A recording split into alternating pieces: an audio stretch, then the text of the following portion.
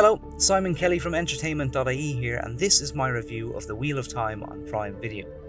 This series already has a detailed history mapped out in its 14 books written by Robert Jordan. It's also the best-selling fantasy book series in the world since The Lord of the Rings, so already there's a lot to pack in and a very dedicated fan base to try and impress. The story follows Moiraine, a member of the powerful group of women called the Aes Sedai, as she arrives in the small town of Two Rivers.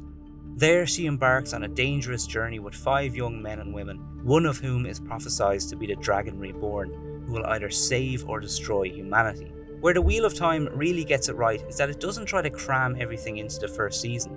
Instead, it introduces us to a handful of characters and gives them enough screen time for us to get to know them and their relationships with each other. They keep things on a relatively small scale with the view to build up storylines slowly, similar to what Game of Thrones did in its inaugural season. It can be hard to translate fantasy novels into mainstream TV shows without seeming a little cheesy at times. The Wheel of Time avoids this for the most part, but some scenes involving magic come off as slightly silly. However, the big action set pieces are pretty impressive on the whole. Madeline Madden's Egwene, Marcus Rutherford's Perrin, and Zoe Robinson's Nynaeve are particularly endearing characters. Abdul Salas, who was very sinister in his performance as Eamon Valda, one of the main villains in this season, also deserves a shout out.